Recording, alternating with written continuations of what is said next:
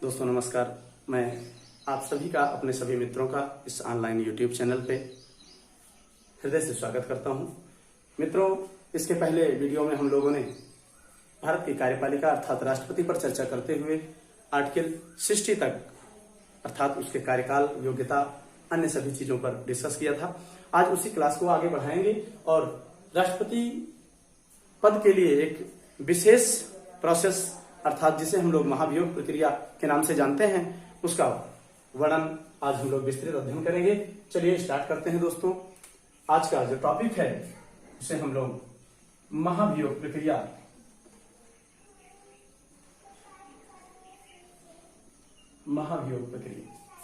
जैसा कि दोस्तों हम लोगों ने पढ़ा है कि भारत के हमारे राष्ट्रपति भारत के प्रथम नागरिक होते हैं। हमारे संवैधानिक प्रक्रिया के आधार पर वो सर्वोच्च पीठासीन व्यक्ति माने जाते हैं। इसलिए हमारे राष्ट्रपति को किसी एक सिंपल प्रोसेस द्वारा हटाया जाना संभव नहीं है। इसलिए उनको हटाने के लिए, उनके पद को रिक्त करने के लिए विशेष परिस्थिति में एक विशेष प्रक्रिया द्वारा ही उनका पद रिक्त हो सकता है, जिसे हम लोग महाभियोग प्रक्रिया के नाम से जानते हैं, जिसका उल्लेख भारतीय संविधान के आर्टिकल 61 में किया गया है। उसी को हम लोग आज चर्चा करेंगे। आइए स्टार्ट करते हैं। आर्टिकल 61 राष्ट्रपति पर महाभियोग प्रक्रिया।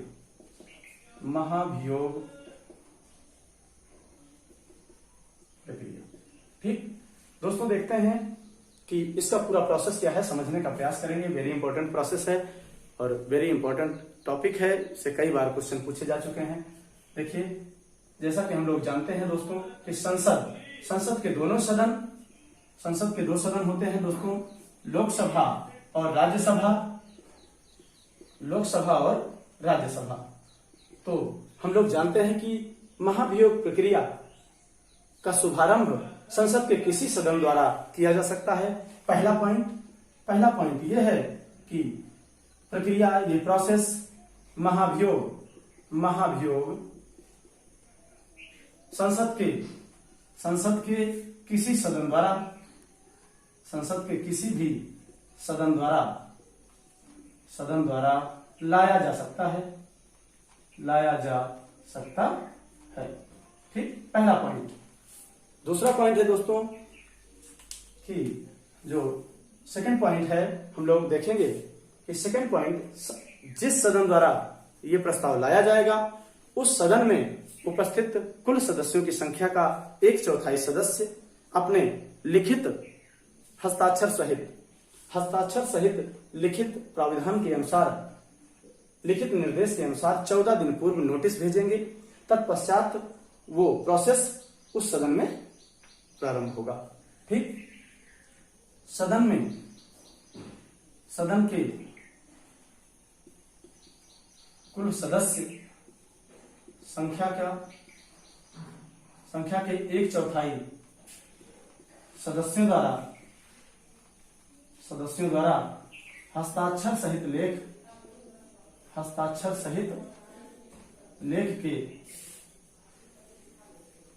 लेख से 14 दिन पूर्व नोटिस देकर, 14 दिन पूर्व नोटिस से ये प्रस्ताव किसी भी सदन में लाया जा सकता है। ये सेकेंड प्रोसेस हुआ दोस्तों कि जिस सदन द्वारा ये प्रस्ताव लाया जाएगा उस सदन के कुल सदस्य संख्या का 1/4 सदस्य हस्ताक्षर सहित लेख द्वारा 14 दिन पूर्व नोटिस से वो प्रस्ताव उस सदन में शुभारंभ करेंगे।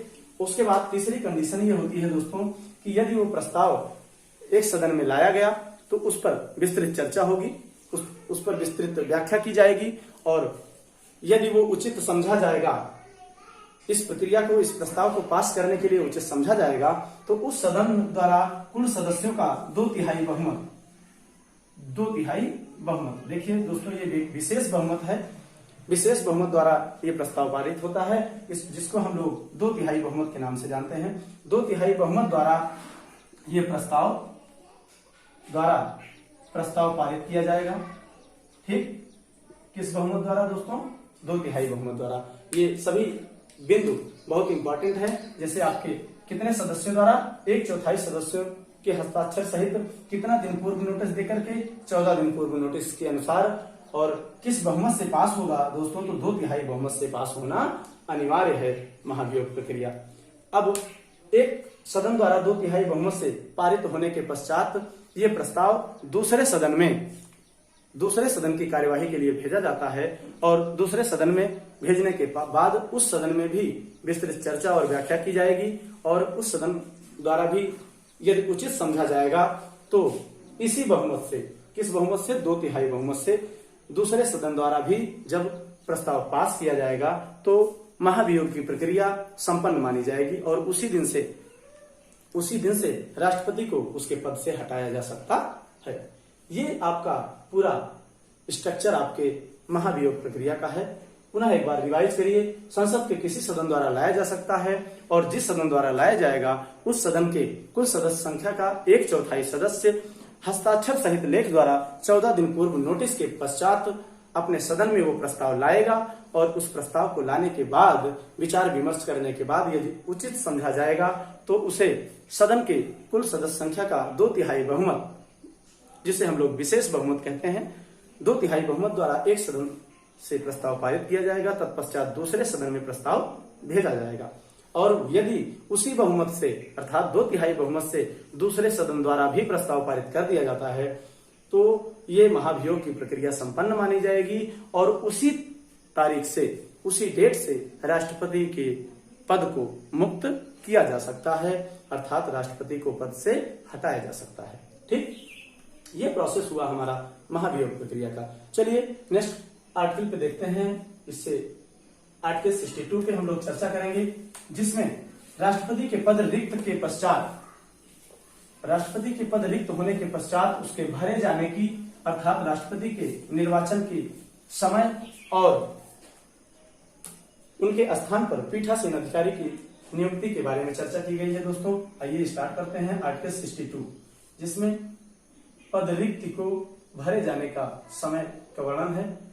पद रिक्ति को भरने का समय, ठीक, टाइम। और इसमें यह भी वर्णन किया गया है कि यदि राष्ट्रपति का पद रिक्त होता है तो अन्य कौन ऐसे व्यक्ति हैं जो राष्ट्रपति के पद पर पीठासीन होंगे। ठीक, उसका उल्लेख किया जाएगा। देखिए स्टार्ट करते हैं। अब हम पहली बात तो ये हम देखते हैं कि भारत के राष्ट्रपति का पद रिक्त किन परिस्थितियों में रिक्त होगा। तो पहली कंडीशन है दोस्तों कि पहली बात तो ये हम जानते हैं कि यदि राष्ट्रपति का कार्यकाल पूरा हो जाता है तब राष्ट्रपति का पद रिक्त हो सकता है। ठीक, तो पहली कंडीशन है कार्यकाल पूरा होने पर। ठीक, पहली कंडीशन कार्यकाल पूरा होने पर। दूसरी कंडीशन है यदि वो स्वेच्छा से त्याग पत्र दे देता है। ठीक, तीसरी कंडीशन है महाभियोग प्रक्रिया, जिसे हम लोग अभी जस्ट चर्चा किए हैं, महाभियोग प्रक्रिया द्वारा पद रिक्त किया जा सकता है। चौथी कंडीशन है दोस्तों आकस्मिक कोई दुर्घटना हो जाती है, आकस्मिक मृत्यु हो जाने पर। और पांचवी कंडीशन है कि यदि, इसके पहले हम लोग पढ़ चुके हैं कि यदि उच्चतम न्यायालय, सर्वोच्च न्यायालय द्वारा राष्ट्रपति के निर्वाचन को अवैध घोषित कर दिया जाता है तब इनके पद को रिक्त किया जा सकता है। ठीक, यदि उच्चतम न्यायालय द्वारा निर्वाचन को अवैध घोषित कर दिया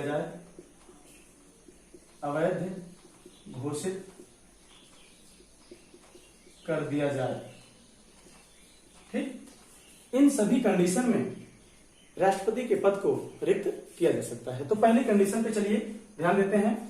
कार्यकाल पूरा होने के पश्चात दोस्तों जब राष्ट्रपति का कार्यकाल पूरा हो जाता है तो इसमें सबसे पहली कंडीशन ये है कि हम लोग देखेंगे कि राष्ट्रपति का कार्यकाल पूरा होने के पश्चात संविधान में ये लिखा गया है, ये बताया गया है कि राष्ट्रपति के कार्यकाल पूरा होने के पहले राष्ट्रपति का चुनाव करा लिया जाना चाहिए। ठीक, अर्थात कि राष्ट्रपति के 5 साल पूरा होने के पहले राष्ट्रपति का चुनाव कराना अनिवार्य है। उसके पहले नए राष्ट्रपति की नियुक्ति हो जाना चाहिए।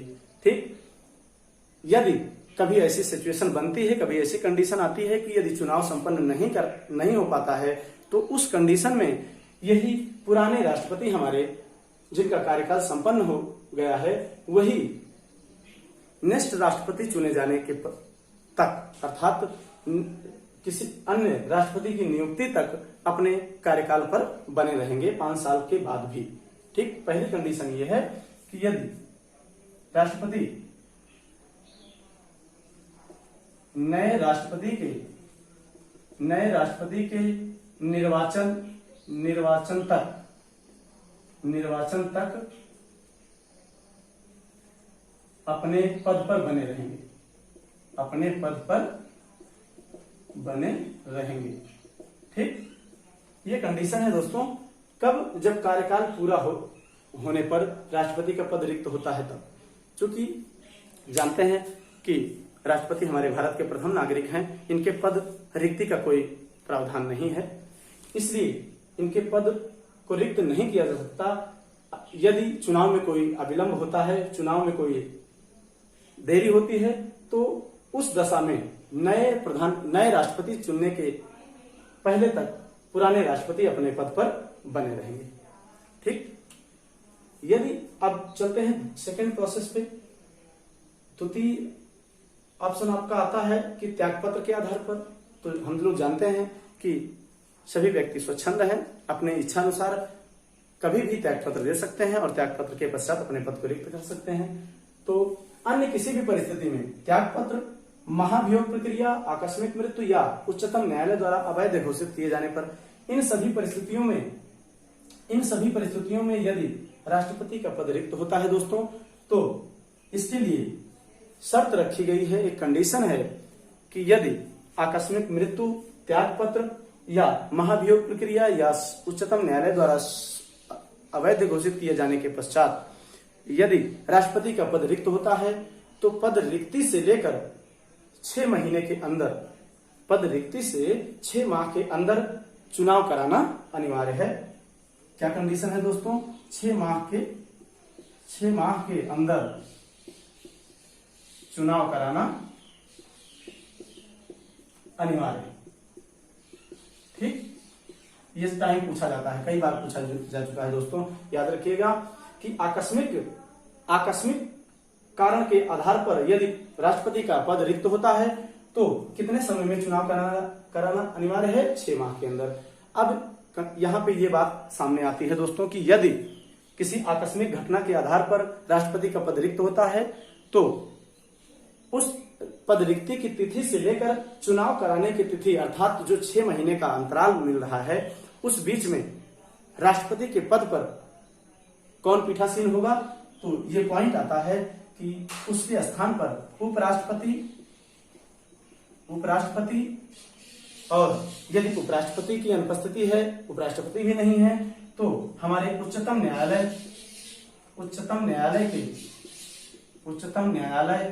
के मुख्य न्यायाधीश या फिर यदि चीफ जस्टिस ऑफ इंडिया भी उपस्थित नहीं है तो उनके स्थान पर जो सुप्रीम कोर्ट के वरिष्ठतम न्यायाधीश हैं, हमारे वरिष्ठतम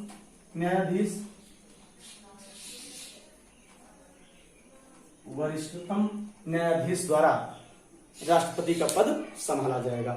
ठीक, इस कंडीशन में त्यागपत्र, महाभियोग, आकस्मिक मृत्यु और उच्चतम न्यायालय द्वारा अवैध घोषित करने पर, इन सभी कंडीशन पे यदि राष्ट्रपति का पद रिक्त होता है तो उस सिचुएशन में, उस कंडीशन में राष्ट्रपति का चुनाव 6 महीने के अंदर कराना अनिवार्य है। और उस 6 महीने के अंदर जो हमारे राष्ट्रपति के पद पर पीठासीन होंगे वो हमारे उपराष्ट्रपति या उच्चतम न्यायालय के मुख्य न्यायाधीश या इनकी अनुपस्थिति में वरिष्ठतम न्यायाधीश, जो हमारे सर्वोच्च न्यायालय के वरिष्ठतम न्यायाधीश होंगे, वो राष्ट्रपति के पद पर नियुक्त होंगे और इस नियुक्ति के साथ ये अपने राष्ट्रपति के सभी कार्यों और उनके उत्तरदायित्वों का निर्वहन करेंगे और उस अपने उत्तरदायित्वों का निर्वहन करते हुए राष्ट्रपति के सभी वेतन भत्तों और अधिकारों का संपूर्ण उपभोग करेंगे। इसमें कोई डाउट नहीं होना चाहिए दोस्तों, क्योंकि ये राष्ट्रपति के पद पर पीठासीन हो जाएंगे। तत्पश्चात राष्ट्रपति की सभी शक्तियां, सभी कार्य उत्तरदायित्व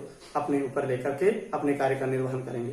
ठीक, तो इस तरह हम लोग, और कार्यकाल के आधार पर हम लोगों ने देखा कि राष्ट्रपति के निर्वाचन तक जब कार्यकाल के आधार पर होता है, राष्ट्रपति का पद रिक्त होता है, तो उसमें पुराने ही राष्ट्रपति हमारे तब तक बने रहेंगे जब तक नए राष्ट्रपति की नियुक्ति नहीं हो जाती है।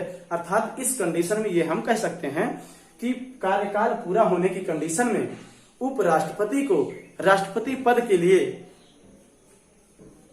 पात्र नहीं माना जाएगा, अर्थात उपराष्ट्रपति राष्ट्रपति के पद पर नियुक्त नहीं होंगे। ये क्वेश्चन कई बार कथन और कारण में दे देता है, पूछ लेगा कार्यकाल पूरा होने के उपरांत राष्ट्रपति के पद पर कौन पीठासीन होगा, तो हमारे पूर्व राष्ट्रपति अर्थात जिनका कार्यकाल पूरा हो चुका है वही अनवरत तब तक बने रहेंगे जब तक नए राष्ट्रपति की नियुक्ति नहीं हो जाती। तो इस तरह हम लोगों ने आज दो इंपॉर्टेंट टॉपिक अर्थात महाभियोग प्रक्रिया और आर्टिकल 62 पद रिक्त को भरने का समय और इस सिचुएशन को हम लोगों ने अच्छे से समझा। मैं उम्मीद करता हूं कि आप सभी मित्रों को ये सारी चीजें समझ में आई होंगी। इन दोनों आर्टिकल से दोस्तों कई बार क्वेश्चन रिपीट हुआ है और कई तरीके से क्वेश्चन पूछा जाता है, तो इसमें आपको किसी प्रकार का डाउट नहीं होना चाहिए, हर चीजें क्लियर होनी चाहिए। तो चलिए आज दोस्तों यहीं पे इस क्लास का समापन किया जाता है। इस तरह हम लोगों ने राष्ट्रपति का उल्लेख जो हमारे संविधान में आर्टिकल 52 से आर्टिकल 62 तक बेसिकली किया गया है, तो उसका आज हम लोग यहीं पे समापन करते हैं। नेक्स्ट क्लास में आर्टिकल 62 से उपराष्ट्रपति के बारे में चर्चा करेंगे। तब तक के लिए सभी मित्रों को पुनः धन्यवाद देते हुए इस क्लास का यहीं पे समापन करता हूं। धन्यवाद।